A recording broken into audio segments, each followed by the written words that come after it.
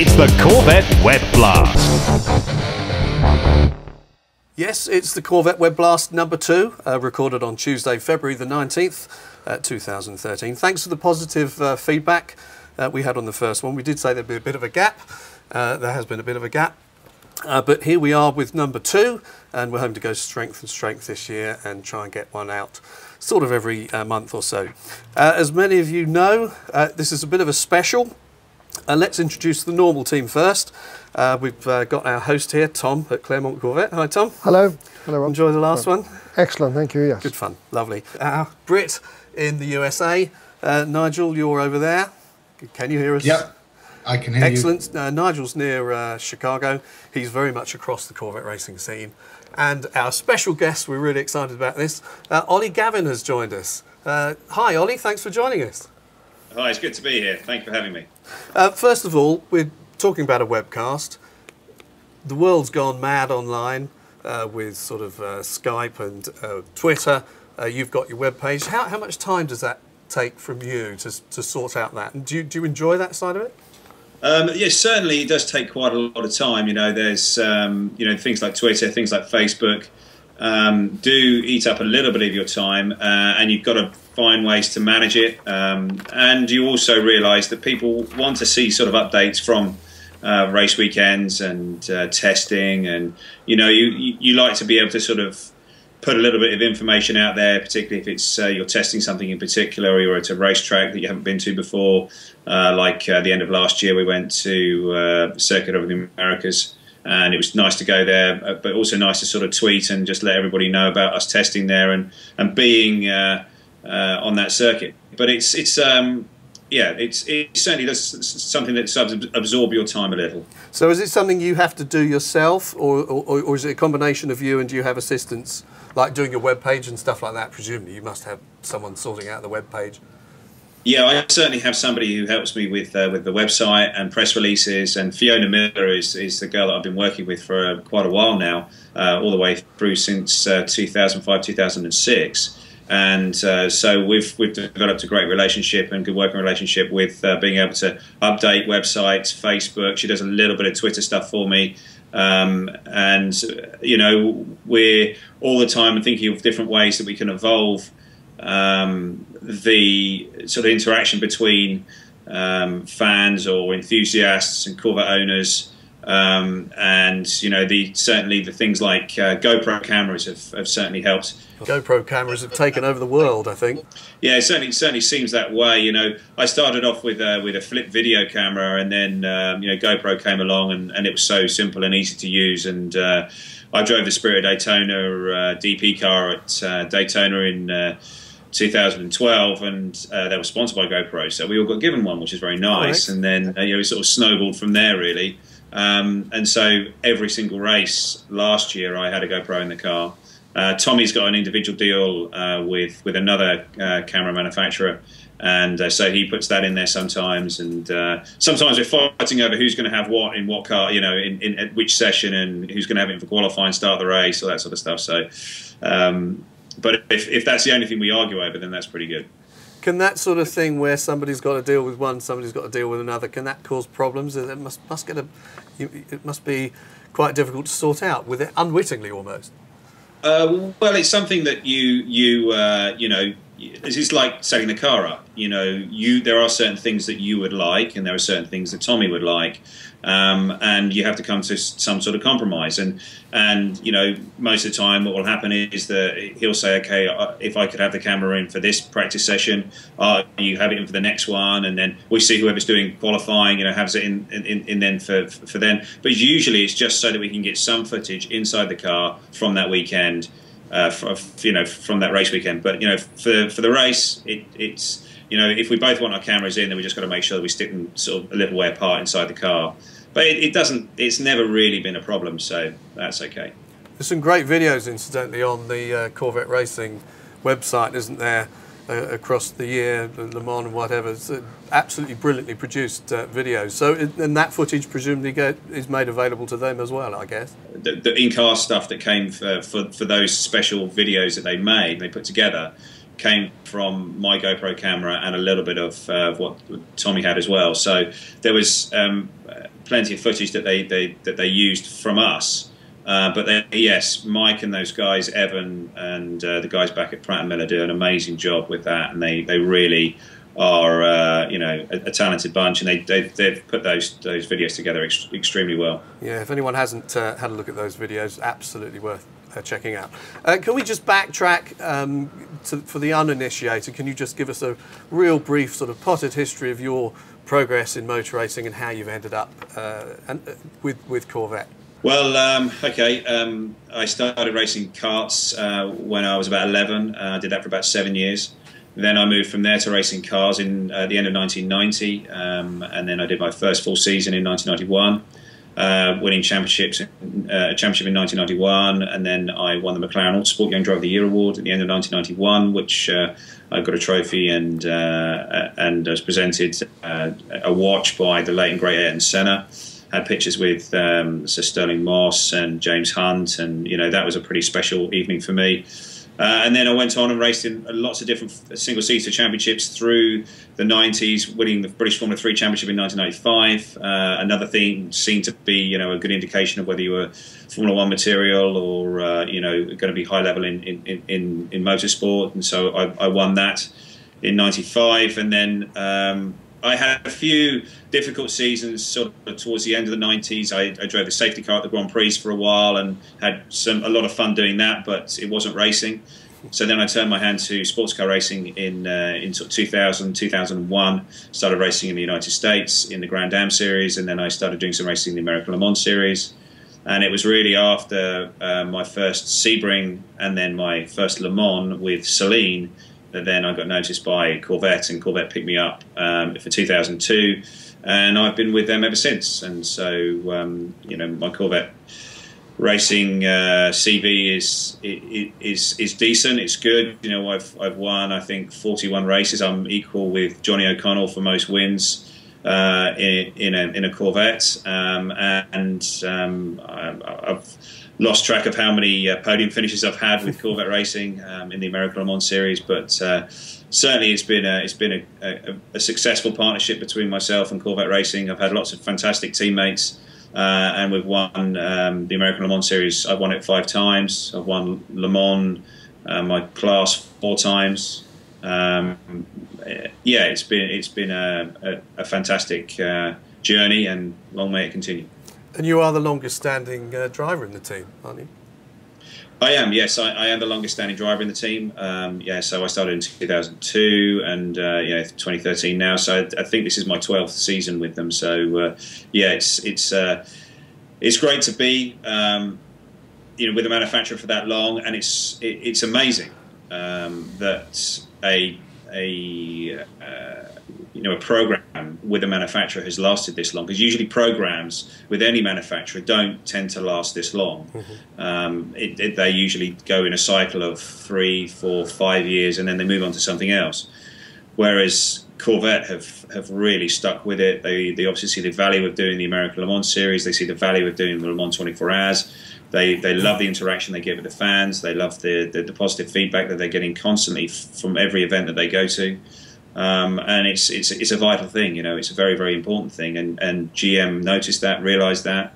They realised that the Corvette brand is the sort of halo brand for the rest of the Chevrolet mark, and so, you know, it's very, very important that Corvette continues to race and continues to be successful and get those victories, whether it's in the American Le Mans Series and winning championships and manufacturers championships, drivers championships, team championships, or whether it's winning at Le Mans. I mean, Le Mans is the sort of the jewel in the crown for our season, and so it's something that we are very focused on again for 2013.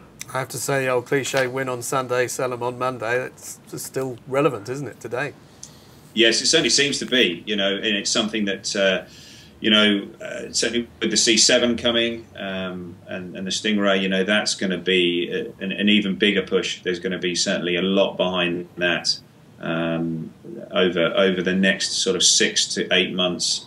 And then, you know, when we debut the car next year, there's going to be a lot of noise about that, a lot of fanfare. So that's going to be great to be involved in. It's a stunning car, isn't it? I know, obviously, you get mixed feelings. You look online, there are a lot of people who resist change at every step of the way. I've just been talking to Gary Garwood here about that, and people didn't like oval lights on C5s and lack of pop-up headlights, that sort of thing. Now everyone's going, oh, they're Camaro backlights. I love the look of the C7. I think that the lights on the back enhance the sharp lines of the car. Do you like it? I assume you do. Yeah, I love it. I think that it's a great step forward. Like you say, you know, people don't necessarily like change, but I think that the car looks dynamic. It looks more aggressive.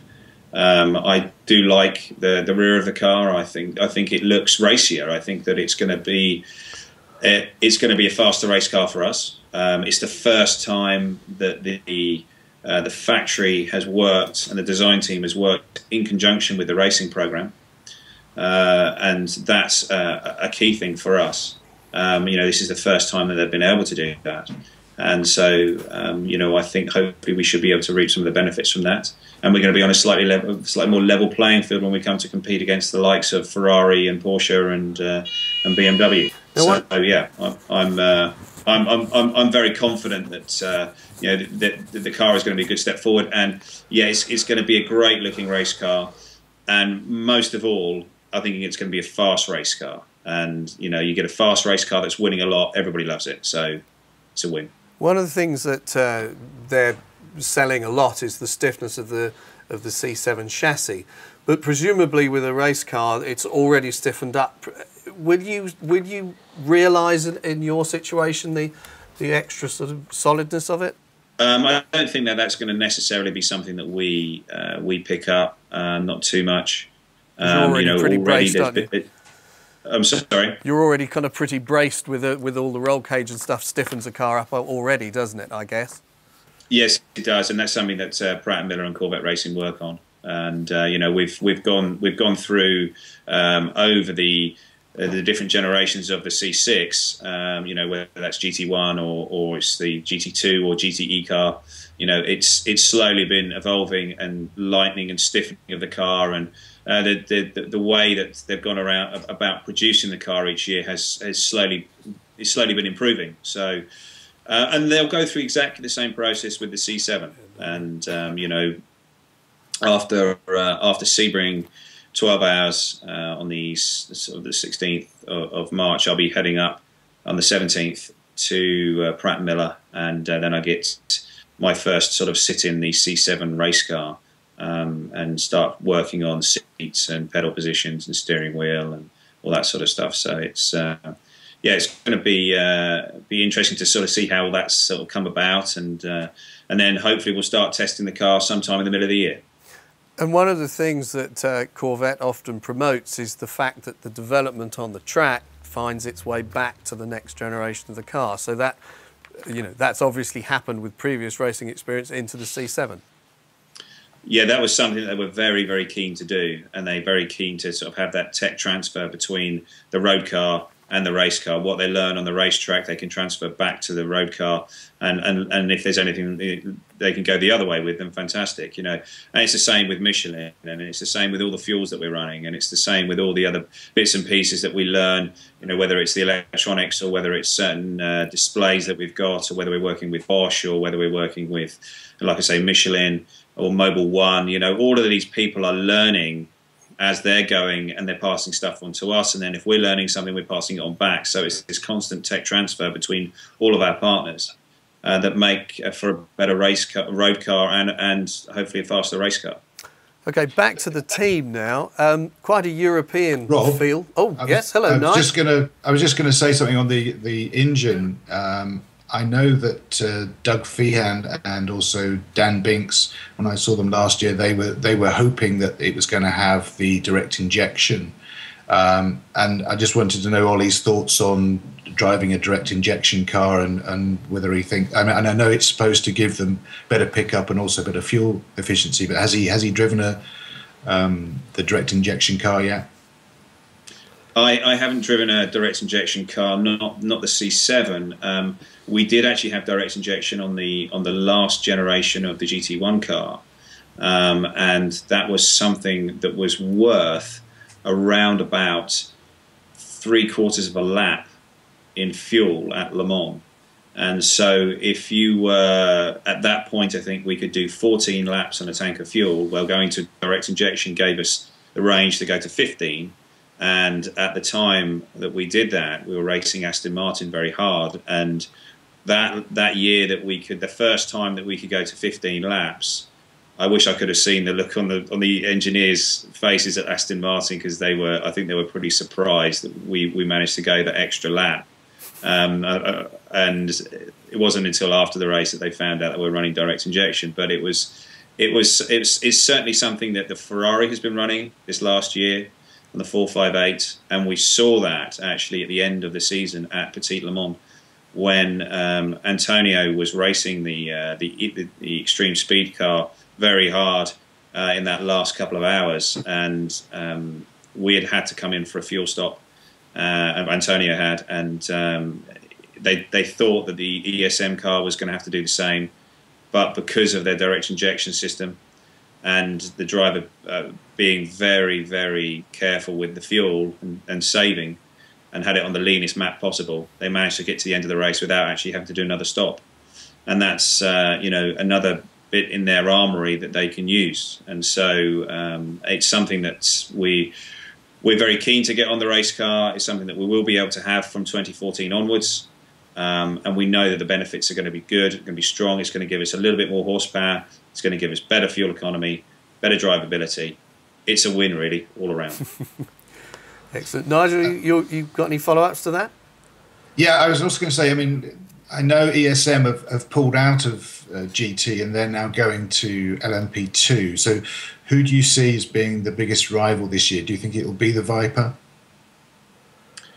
I think the Viper will be strong. I mean, they were coming on strong towards the end of last year. Now they've been testing. I know that they're very keen. They're very, they're getting some nice little breaks with the rules, and they're getting a few bit of help here and there.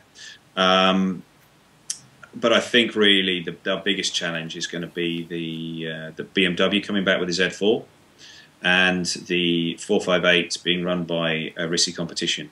And that's going to be a very quick car, going to be very strong. They were very quick straight out of the box when they tested at Sebring last week. And I think that's actually also part of the motivation for ESM to leave GT and go and race in P2. I think that they maybe realised that it was going to be tough to compete against Risi. And so, yeah, I think that it's really going to be between the Z4 and the Ferrari 458 in terms of our main competition. I may be wrong. I maybe have underestimated what the Vipers can do. But I think they've still got a little bit of work to do before they're going to be really main challengers. But yeah, I think that the Ferrari and the Z4. Do you know Ryan DL very well? Because obviously he's a Scot. I mean, he's now signed up as a factory driver at SRT. Yeah, I mean, Ryan's a good guy. I mean, he's been very fast in the Grand Am series in the DP cars, and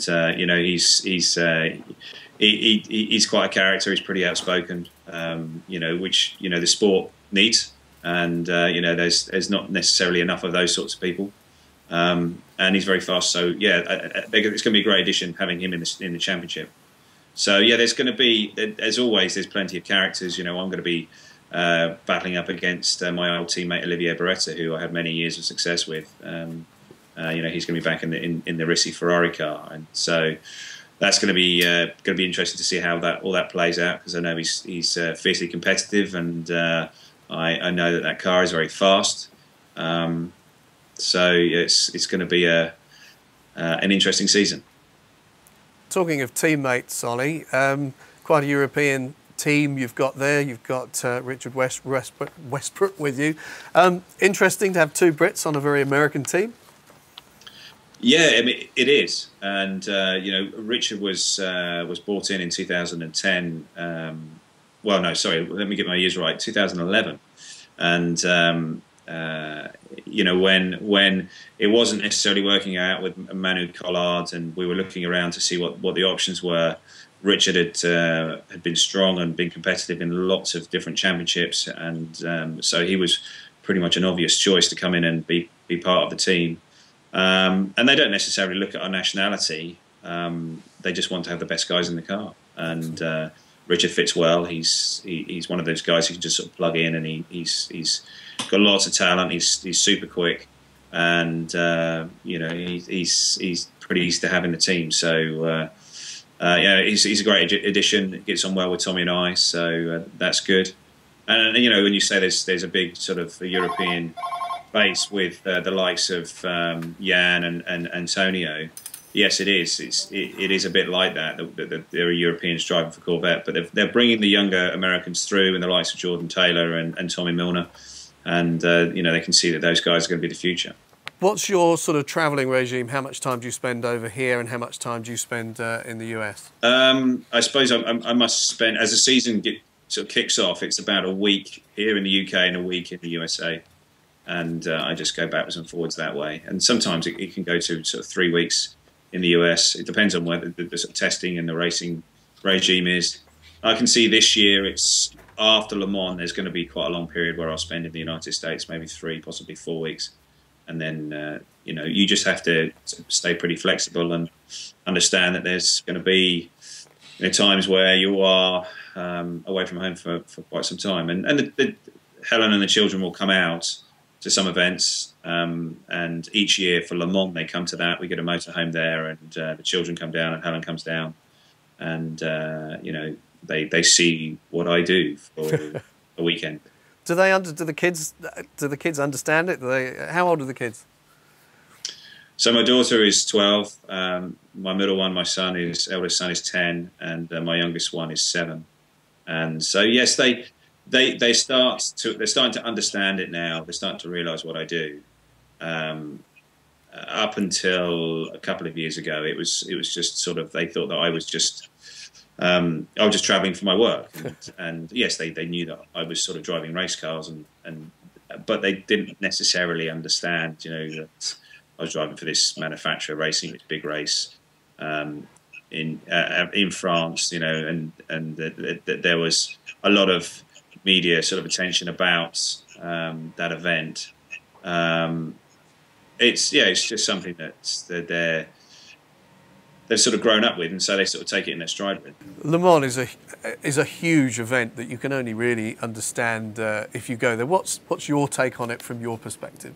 Well, my take on it is that it's the best motor race in the world. It's the one that we all look forward to the most each year. It's the one where you know that there's going to be the most attention, the most pressure, the most expectation. But it's also the one that you get the biggest thrill from being part of. And you know, whether that's taking the start, or whether that is doing a stint at 3 o'clock in the morning, or doing that very last hour in the car, where if you're in contention for the victory and it's close, you know that there's an awful lot riding on it. And Le Mans is a race where you know you really earn your money, and it's where you'll discover whether you have got the ability to withstand the pressure, whether you can perform on the big stage, whether you can be somebody that is that doesn't sort of crumble under it. And you know, for an awful lot of drivers, it's the making of them. And you know, I know last year when Tommy, or 2011 when Tommy won with Antonio and Olivier, you know, that was a huge step forward for him. I think they gave him a lot of confidence, and it really sort of cemented him as being, you know, an American sports car driver with a big American icon. And you know, it's a huge event to be part of. How tired do you get, or does the adrenaline so great that the tiredness isn't even a factor? No, tiredness is a factor. You know, it's something that you've got to really be aware of. And for the first few years that I did Le Mans, I always had the problem where I was getting out of the car after my first stint and just sitting in the pit box, watching the lap times, watching the monitors, talking with the team. And it was the worst thing I could possibly do, because when you can't physically do anything, you can't affect anything that's currently happening at that time. you're doing yourself harm by sitting in the pit box and spending too much time there. Yes, when you get out the car, you get a drink, you talk to the team, you debrief the engineers, you talk with your crew chief, and then the best thing to do is to get out of there, switch off, try and switch off, go back, get some food, get some rest, try and see if you can recharge your batteries a little so that you're then fresh and ready to go the next time you need to get in the car. Because that's when you've got to perform. That's when they want you to be 100%. They don't want you to be sitting in the pit box after you've got out of the car, nagging the crew chief or nagging the engineer or, you know, pointing different things out. You know, that's their job. That's what they're there to do. That's what they're paid for. But it's very, very hard to switch that off, and it takes a good few years of experience to actually realise that. So, and even when you do go back to your motorhome or to our hospitality unit that we have after you've driven a stint and you're trying to sort of get something to eat and something to drink and trying to relax, or maybe you've got your wife there and you're talking to her and you're getting a massage.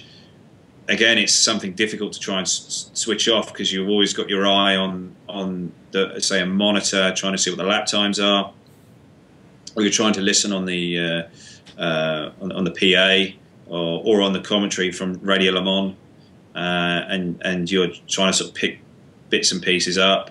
You know, if a car's having particular problems, and again, it's all the sort of stuff that you really can't have any effect on. You can't influence it at all. But it's so hard letting it go. Yes. Yeah. And you need to walk away in a way, don't you? You do. You do really need to walk away, and that's something that's really quite hard to do. And some drivers develop strategies and tactics to deal with it, and I've slowly managed to do that over the years. But you know, certainly those first few years I did it, I was dreadful, and I know at points in the night I would be getting so tired, and it did have an effect on my performance. I know it did. You don't have long enough to get any sleep, do you? You can't have catnap, or can you? You can. And it was 2 years ago that I managed. We were working with some very good doctors that the chief engineer, Doug Louth, had introduced to us. And we were, he was working with us to try and relax us and to try to get us to switch off when we were getting out of the car. And he was trying some different remedies on us, all herbal and natural remedies. But the one thing that really seemed to work for me was acupuncture. And that enabled me to really sort of switch off, enabled me to sort of wind down a little bit from being in the car. And that enabled me to get about an hour and a half sleep. And usually that's about the max you're going to get. If you can get 2 or possibly 3, that's fantastic. But the chances of you getting that in one big chunk is very unusual. You know that if you've got that amount of sleep in the night, that the chances are that the driver that's just done that 4 hours in the car is most probably not going to be driving for at least about another 6 or 7 hours. So that you know that you and your other teammate are going to have to be doing quite a lot of work over pretty much for the rest of the race, and it might be that driver only gets back in the car one more time before the finish. Here's a question I've wanted to ask any racing driver, be it Formula One or whatever, and it was something I noticed watching one of those Corvette racing videos on the curves, just approaching the straight at Le Mans, hitting the curbs. I've always been surprised that a car that's on the edge of traction clouts a curb. I would have always thought it would actually break that equilibrium, if you like. But right. Cars do hit the curbs. I mean, obviously it is the quickest way, but it always surprises me. Does it throw the car off balance, or how does it pan out that it is the quickest? Well, you're trying to use as much of the track as you possibly can, and by using that extra little bit on the inside of the corner, or the extra little bit on the exit of the corner, it enables you to gain another mile an hour or so on the straight. And that mile an hour over that next straight adds up to an awful lot of lap time. Can add up to, you know, a second, or, you know, half a second. You know, it just depends on that difference as you come off the corner and you're using all of that that curb on the exit. And the curbs are are quite aggressive, but they're not too bad. They're certainly not something that make the car react violently. It's when you go over the curb and you get onto the yellow sort of strips that the ACO had introduced 3 or 4 years ago, maybe 5 years ago. And we call them the baguettes, French baguettes. And if you run over one of those, you know that it's starting to do a little bit of damage to the bottom of the car, and possibly to wheels and to tyres. You can pick up punctures. It's something that they've made the cars over my time at Corvette. They've made the cars stronger and stronger, being able to withstand more, abuse basically by the drivers. And you see that other teams and other drivers are doing it to their cars, whether it's Ferrari, Aston Martin, whatever. And you realise that if you're going to be quick and you're going to keep the car in the race and you're going to be up there running at the front, you've kind of got to do the same thing. So it's you've got to be smart about it. You can't use it too aggressively and too much, but certainly it's something that you've got to use to be quick. But in an endurance race, it can punish the car. I think in the Daytona prototypes you mentioned that you'd whack the curbs and you wondered if the subsequent set of events that happened to the car was partly due to that. Yes, certainly at the Daytona we've just done, there was something that happened when Antonio was in the car. He ran a little wide and he went over a curb, and they did some damage to the underfloor, to the floor, and sort of to the left side and the left bank of the exhaust system. And then as the race went on, that damage slowly got worse and worse, and we needed to really address it. But we also had that horrible no man's land where you're thinking, okay, if we stop and we fix it, how long is it going to take? Is it going to be 2 laps, 5 laps, 10 laps? And are we going to be able to get that time back?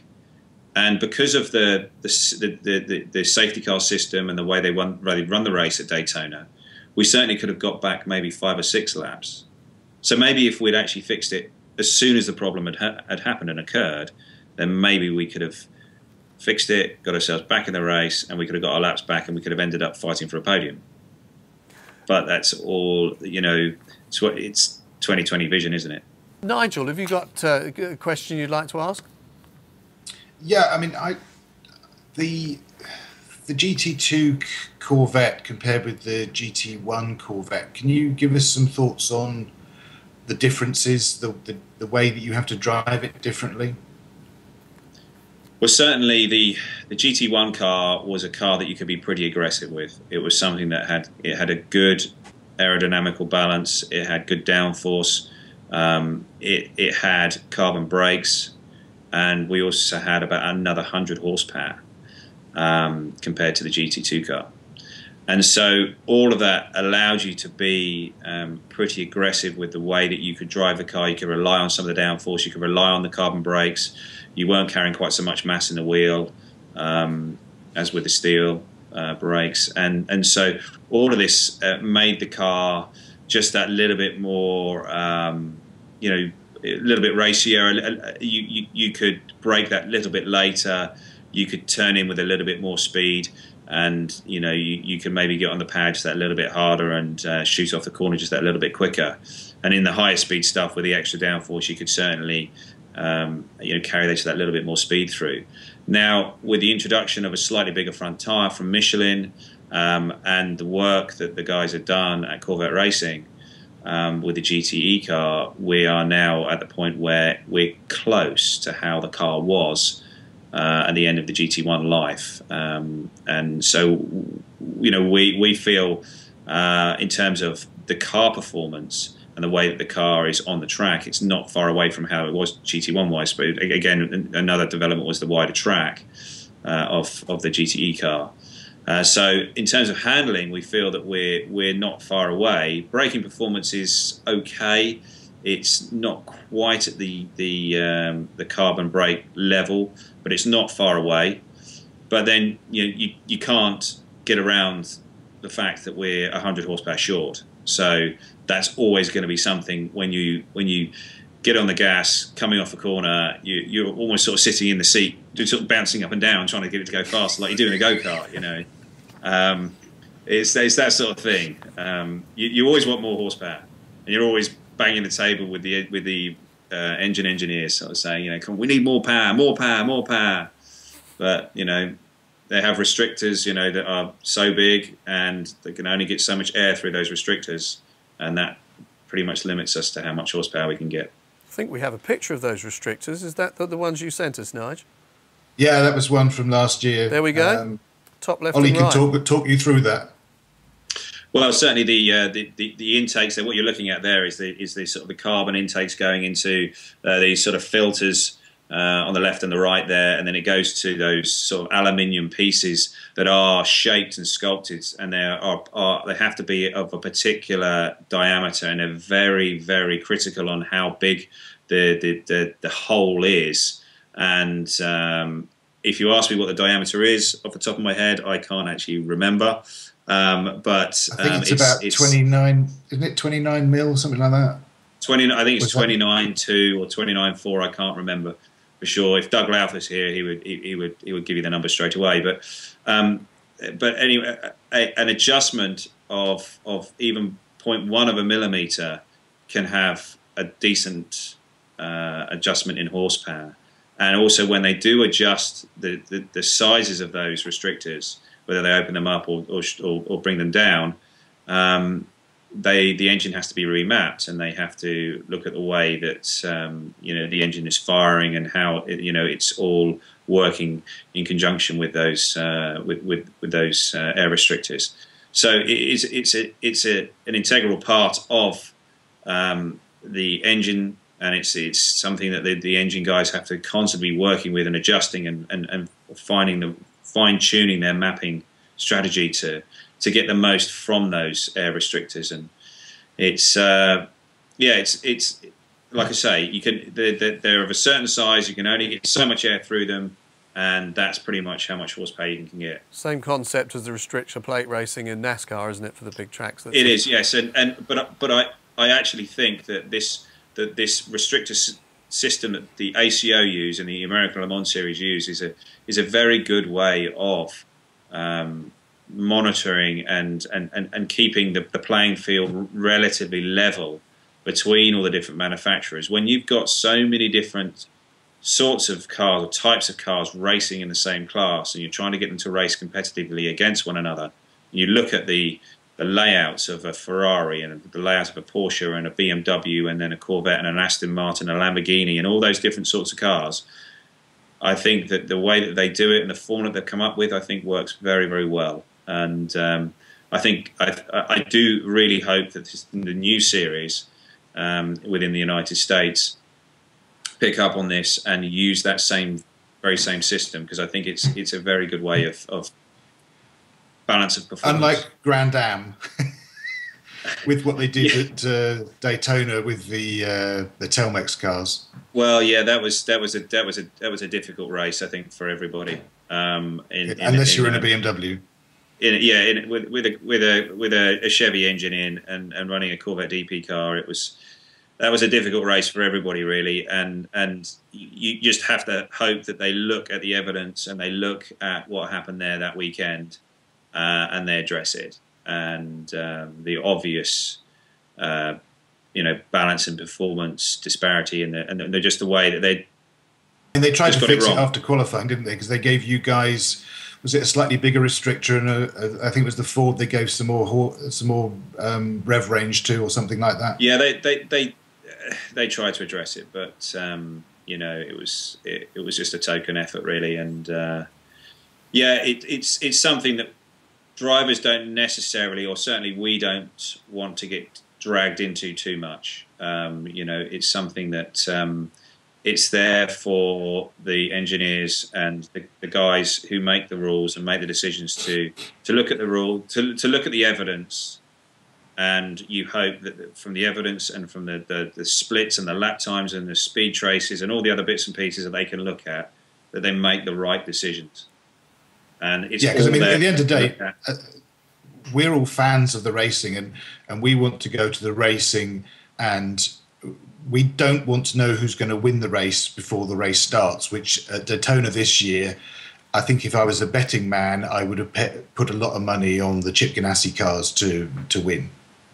Yeah, I think that nearly everybody in the paddock would have been there right with you. And, you know, we knew that unless they had a problem on both of the cars, a significant problem on both of the cars, that one of them would be there racing at the end. And if it came down to a straight fight for that last 20 minutes, half an hour, which is over the last few years is something that does happen at Daytona, that they've managed to keep everybody together. And certainly, like I was explaining earlier on, the safety car system and the wave-by system they've got in Grand Am at Daytona works very well in keeping the racing together and keeping cars on the same lap and you know, trying to make it close and tight. But you knew that if it came down to that last 20-30 minutes and there was a restart and the Telmex car was there, the BMW car, Chip Ganassi cars were there, they were just going to drive away, and because they just had it in their pocket, you know, that they did it every single restart, that they could just drive away, get a lead of about 15, 20, 25 seconds, and then just maintain that pace. And that is the most obvious way to all of us that they've got performance in their pockets and that they only have to use it when they need to use it, and the rest of the time they can just cruise around. Yeah. And you think, well, this is not right. Question from Stephen Irons. Stephen and June say hello, by the way. Stephen. How did you find the Aussie V8s? You raced at Surfers Paradise, didn't you? Oh, I thought they were fantastic. You know, it's a fantastic series, great cars. It's a great circuit. I think that they have really nailed it in what a great racing series is all about. You know, they've got close competition, they've got cars that are fast, they're loud, they're spectacular, the racing is close, there's some contact. They go to some great circuits, you know, whether it's the likes of Bathurst or whether it's, you know, street circuits like Melbourne or Adelaide or going to the Gold Coast. Or whether it's going to, you know, Phillip Island, you know, other great racetracks. You know, they've got some phenomenal venues there, and you know, the buzz around the actual whole series is fantastic, and just the way they go about it. You know, it's really a huge amount of fun, and I think it's something that a lot of series could learn a lot from if they go down there and they see the way they run it and the way that they interact with the TV and the fans, and it's got a good balance to it, and I think that it's something that is it's a great series. Bathurst is another phenomenal race, isn't it? Yes, it is, and you know, that's got to be on the bucket list. You know, it's got to be that one, a race that I've got to get to do, whether that's in the V8 series or whether that's in the Bathurst 12 Hours, which is seen to be coming up in its on the radar of sports car racing. That's just happened actually only a couple of weeks ago, and you know, the different manufacturers are now sort of starting to pick up that they need to get cars out to that race, and you know, whether a Corvette ends up out there or whether there's a Camaro or I don't know, but you know, I certainly hope within the next couple of years that I'll be able to get out there and do that race, because that'll be a lot of fun. As a bit of an aside, my real job, I'm a TV sound supervisor, and I'm a Celebrity Get Me Out of Here, and almost my entire sound crew are at Surfers Paradise the week before we start, so they all work on that. Here's a question from John Robinson. Which of the ALMS race venues in the States gives you the sort of greatest driver challenge? I think this year the greatest driver challenge is going to be the Circuit of the Americas. You know, that track in Austin is really unique.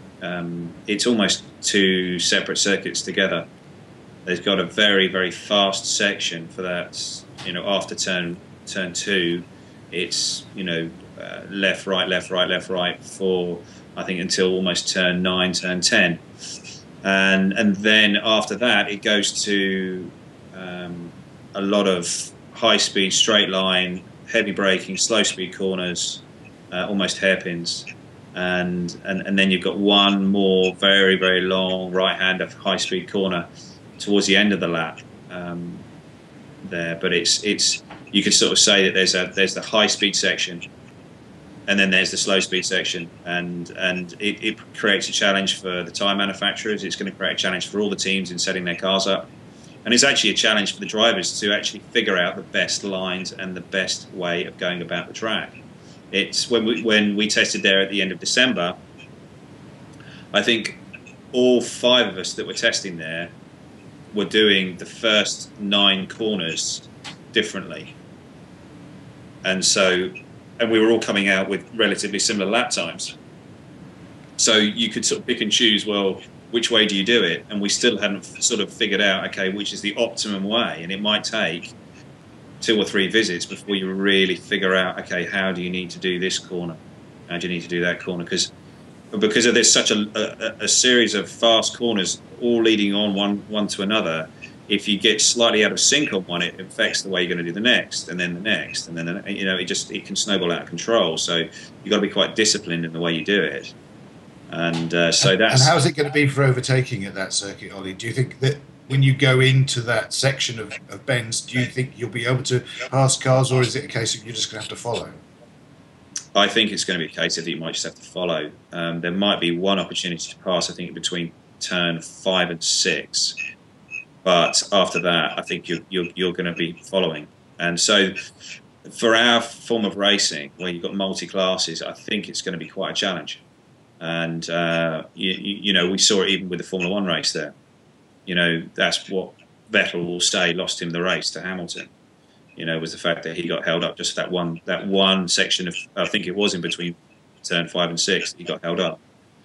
And, you know, so when you look at that, you go, okay, that's not maybe so good for us, but I think that there is going to be a lot of other opportunities on the circuit for us to get by and pass, and you know, whether it's going down into turn 11 or 12, or you know, the whole section's coming back towards the pits, or going up into turn 1. I mean, it's interesting to see when they run the races, or what time of the day they run them, because that can have a big effect on what you can see. Because we were running there late in the year, and so the sun was quite low at times, and so you know, if we're running towards the end of the day, it'll be interesting to see where the sun is as you're maybe coming down the back straight into turn 12, or as you're coming back into sort of 15.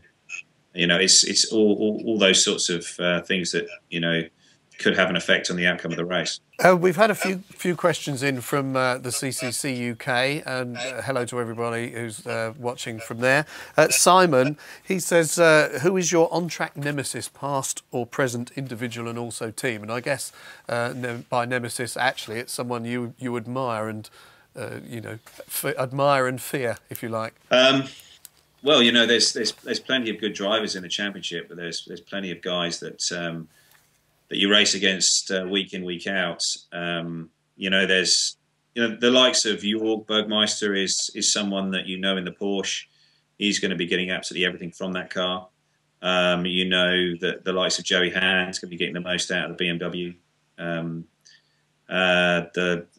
You know, there's always the likes of Olivier Beretta, who is going to be quite fiery, and he's going to be quite sort of keen to beat us because of you know, we're his old team, and you know, if we race against the likes of Jamie Mello or others from Ferrari, I always enjoyed racing against Jamie. He was someone that always kept you on your toes. You were never really too sure about what he was going to do next, but he had these flashes of genius, and you know, he's just one of those guys that you just yeah, you always sort of trying to sort of second guess. And then of course there's all my teammates that I race against regularly, week in, week out. You know, whether it's Jan or whether it's Antonio, and you know, and Jan and Antonio are both very different characters.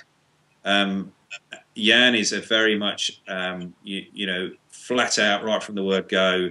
He doesn't give anything at all. You know, he's all the time right on the limit, and he's pushing you, and he's quite sort of forceful and quite aggressive. But then there's Antonio, who's, again, he can be quite aggressive, but he's far more of the Alain Prost approach. He's very smooth. He's very calculating. He's very sort of that intelligent approach, and he's looking after his tyres. He's looking after his brakes, and then he'll almost like he'll sneak up on you and like a ninja, and belt you over the head. Goodbye. Who do you admire in Formula One? Watching, do you follow Formula One at all? Yeah, I do. I do follow Formula One, and you know, you've got to look at the likes of Vettel and sort of say, you know, he's obviously very special, very talented. He has been in most probably the best car over the last 3 or 4 years.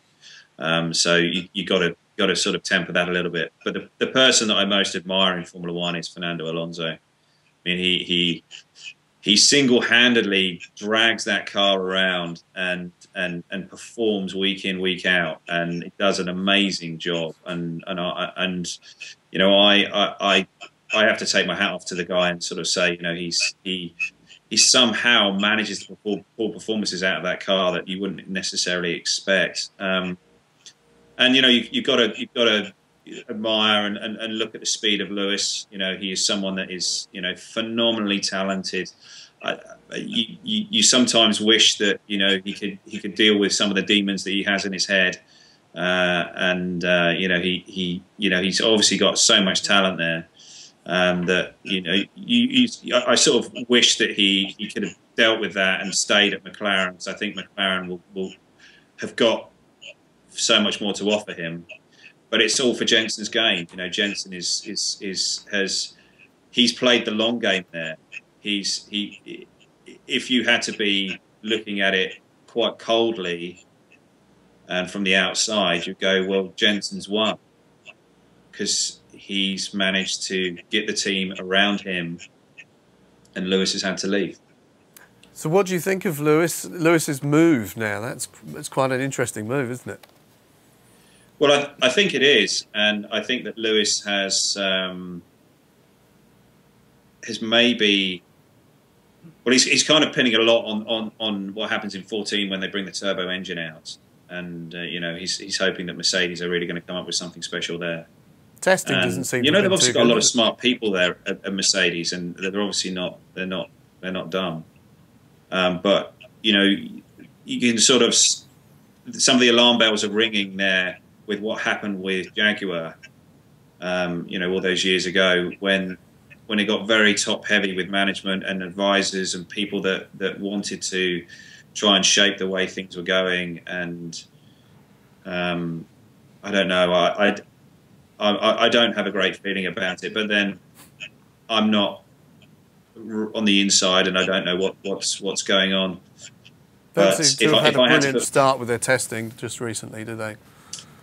No, they don't. And you know, like I say, you know, there's certain teams that are just building on platforms that they've currently got. You know, the likes of Ferrari, the likes of Red Bull and McLaren, and I think they're going to be the guys who are going to be at the front again. And I think that Lewis is going to, he may well win a race or two, but he's not going to be challenged for the championship. No. Okay, we're running out of time. I know you've got to get away. Very grateful for you joining us. One last question.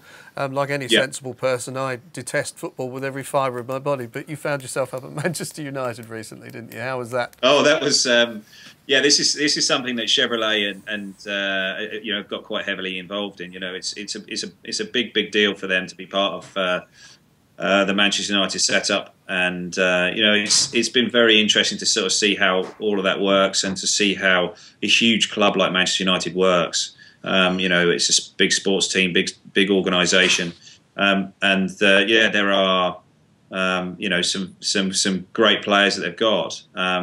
You know, I'm not the biggest football fan in the world. But I enjoy most sporting events, and I'll go along and I'll watch their games, and it's, you know, it's great if you're in a stadium and there's 60,000 people in it. If you're a lover of sport, you know, it's going to kind of flick your switch. So I enjoy going along to some of the games, and I've enjoyed meeting some of the players, and I think I'm going to be doing some more with them on Thursday. I'm actually going to be racing some of the players on a PlayStation 3 game.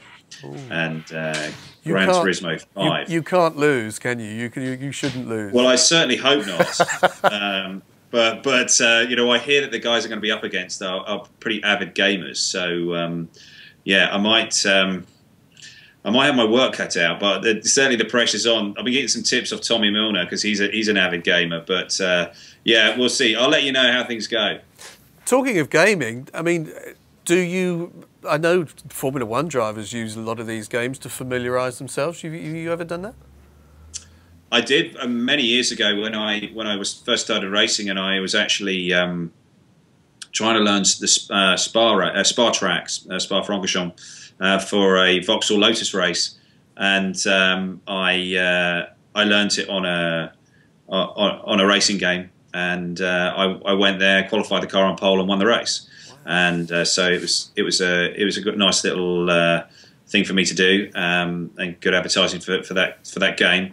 But it is something that we do. And before I went to the Gold Coast event back at the end of 2011, I went to Darren Turner's base simulators. The company that he runs, and he's got a very, very nice little simulator that he's got. And I did some laps around the track in that simulator, and that worked pretty well. And so that when you get to the track, you've already got the layout of the circuit, and you've kind of got an idea of where you're going. And so yes, I do see it having some sort of advantage. But you really do need it to be right, though. You know, the circuits have got to be right, and some of the car dynamics and the way that they interact with the driver, I don't feel are quite right, and not on all of them. But I think it is a tool, but it helps you. It's not something. It's not going to be. Can't substitute the real thing. No, you can't do away with the real thing. Okay, that's pretty much it. Nigel, have you got any last-minute questions you want to throw in? I don't think so. No, I shall hopefully see Ollie next month at Sebring. Yeah, great. Looking forward to it. Ollie, thanks so much for joining us. It's been absolutely brilliant talking to you. I hope everyone around the world who gets to look at this enjoys it as much as we have. Thank you very much indeed. Pleasure. Thank you. Well, that's brilliant to speak to Ollie. Tom, what did you make of that? Well, I thought that was absolutely outstanding. I mean, you often hear sportsmen talk and you hear footballers talk, and you really want to try and find the channel changer, but I could listen to Ollie for another hour. He is erudite, knowledgeable. We know he's an outstanding driver, but what an absolutely fascinating background he gave us. I think it's a shame in a way that your average British your casual motor racing enthusiast who maybe follows Formula One might not even know about Olly Gavin, and he's a massive, massive talent, isn't he? Well, absolutely outstanding, and the fact that Chevrolet have been in there for so long and Ollie's been with them so long, it just deserves a lot more mention. Well, he said that, you know, Chevrolet have stuck with that program, but they've also stuck with him for a long time. So yes. Obviously... No, I think we're very privileged to talk to him tonight. Yes, and, fantastic. And thank you for Nigel as well for your influence in getting him in there. Yes, now, Nigel, you've written a book that's very much pertinent to all the stuff we've been talking about. Yeah, I wrote a book called Corvette Racing, the GT1 Years. I published it in 2010, and currently I don't actually have any copies of it because I've sold all the copies that I had, and the only ones that are left are currently with the Corvette Museum down in Bowling Green. Is it something you can buy online from them? Yes. I mean, yes, it's available online. So I'm not sure how many copies they've got available, but I think there's about 50 or 60 books left. Excellent. Book mode, Tom, you've got what's your current offering? Well, I've been taking a year and a half off writing. I wanted to actually sit down and watch some TV in the evenings for a change and talk to my wife. But the one I'm most keen on at the moment is the Corvette C4 Originality Guide, if I can sort of wave it around a bit. I think it was a big resurgence of interest in the C4. It was the first high-tech Corvette after the C3, and I own one or two of them myself. I absolutely love driving them. And I've recently been even a bit radical and said it's the last true Corvette sports car. because I must say I do think the C5, C6 and C7s are really grand touring cars. Nothing wrong with that, but if you want a quick steering, short wheelbase, racy little car, the C4 is absolutely fantastic and particularly relevant in Europe and the UK, where we have lots of roundabouts, tight bends. That's when the C4 rules. I've never driven a C4 before. I've driven a C3 as I own my lovely old 75, and I've driven a C5, which was the Anna Pace car, purple and yellow. Lovely. Somebody lent it to us when we were on holiday. Right, that's about all we've got time for. Thanks, Tom. Always a pleasure. We've had a great time. I've thoroughly enjoyed it. Thanks for putting us up here, Claremont Corvette. What's the website for Claremont Corvette, if you want to... Corvette.co.uk. Thank you. Nigel, thank you very much for joining. You enjoyed yourself? Yes, thanks, Rob and Tom, and nice to speak to Gary at the beginning as well. Yes. We're going to get him on the next one, I think. We're going to get him in front of the camera. Is he going to be back from Sebring by then? Oh, Gary, you're going to be back from Sebring? Yeah, but it'll have to be after that. But yeah. Yeah, anyway. well, there you go. You can get him to talk about Sebring. Yes. So that's all we've got time for. If you'd like any questions asked on future editions, we can ask Tom. Tom knows pretty much everything there is to know about these cars. If you've got technical issues, we'd like to hear from you. They're usually Corvette Web Blast strings on the CCC UK website. And if you'd like any subject answered, put them on there and we'll try and deal with them in the next show. So that's it. Hopefully we'll be back in about 4 weeks' time, if we can. That's what we hope to do throughout the rest of 2013. So hopefully we'll see you again soon. Bye-bye.